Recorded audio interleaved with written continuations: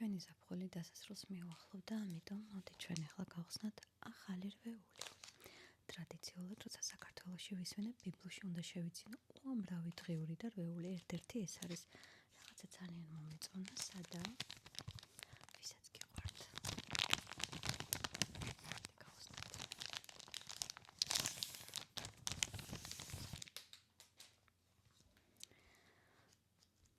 მართლა ძალიან სადა და უბრალოა, თუმცა სადა გეგმები ნამდვილად არა მაქვს. მოგეხსენებათ, მე დამწყები კროსფიტერი ვარ და გეგმები გრანდიოზული მაქვს. თუმცა ზაფხულში ძალიან კარგად დავისვენე.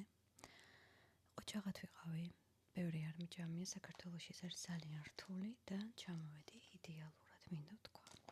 ასევე ეხლა მოვძებნი ისეთ საძირკალანს, რომელიც მე დამიძახებ და საერთოდ რამემ თუ არ დამიძახა, ისე ხელს ვერ ვკიდებ. ამიტომ დრო მოვიდა ჩავწეროთ გეგმები. ძალიან კარგად მუშაობს, არასდროს თავში არ გააჩეროთ არანაირი აზრი, მე გერჩევთ რომ ყველაფერი დაწეროთ და გვერდიდან შეხედოთ, ან და ჩაწეროთ ვიდეოები და მერე უყუროთ გვერდიდან. ჩემ შემთხვევაში ძალიან კარგად მუშაობს ეს და ვისაც მოგწონთ ჩემი მსგავსი ASMR-ი, ძალიან დიდი მადლობა, ვინც ვერ გებულობთ და ძალიან უდაგდოდ გამოდიხართ, ძალიან ცუდი, ეს თქვენი ინტელექტია და